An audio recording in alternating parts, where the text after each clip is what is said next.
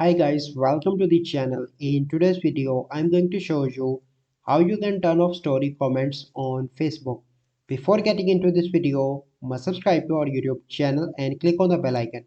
So the first step you simply need to do is to open Facebook, and then you need to click on your profile picture on the top right. Here you need to scroll down from here and click on settings and privacy, and then you need to click on settings, and here you need to search for the privacy, or you can search story.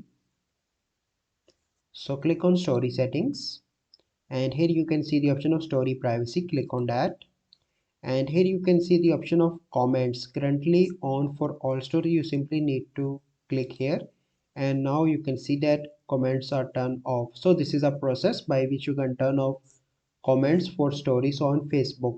I hope you find this video helpful. If you find this video helpful, must like this video, subscribe to our YouTube channel for future videos. We'll see you in the next video.